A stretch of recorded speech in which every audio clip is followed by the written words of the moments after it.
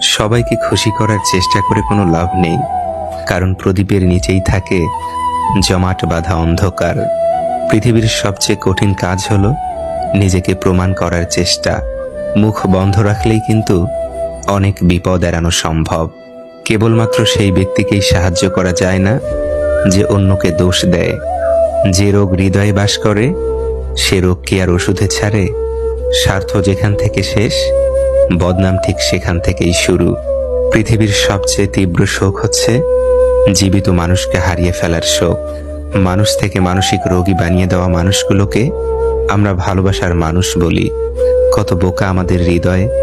নারীর অল্প প্রেমে পুরুষ পাগল হয়, আর পুরুষের গভীর প্রেমে নারী মজা নেয়। অনিবার্য সত্যটা মানতে পারা ভীষণ কঠিন। অনুভূতিদের বেহায়াপনায় অভিমানেরা অর্থহীন। গভীর রাতে অনেকেই জেগে থাকে, কষ্ট করে নয়, তারা নিঃশব্দতাকে ভালোবাসে। যতটা যত্ন নিয়ে কাড়বে তোমার মন, ঠিক ততটাই ভাঙনের করছে আয়োজন। জীবন কোনো সংবিধান মেনে চলে না, তাই ইচ্ছার বিরুদ্ধে হলেও অনেক কিছুই জীবন থেকে ছুঁড়ে ফেলে দিতে হয়। নানা নানু বেঁচে থাকা পর্যন্তই নানু বাড়ি সুন্দর। মিষ্টি মধুর কথা বলা বেশিরভাগ মানুষরাই হয় বহুরূপী।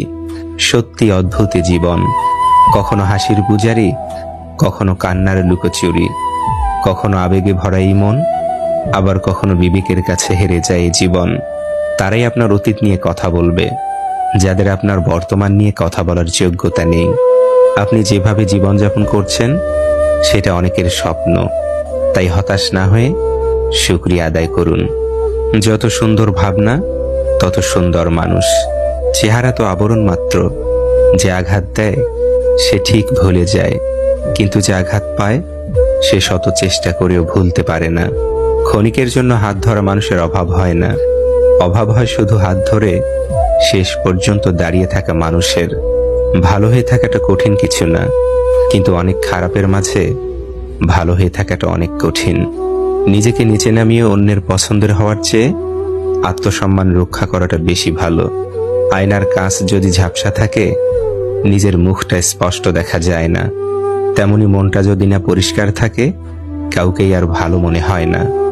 সত্য কথা বলতে সাহসের প্রয়োজন হয়, আর সত্য কথা সহ্য করতে মনুষ্যত্বের প্রয়োজন হয়।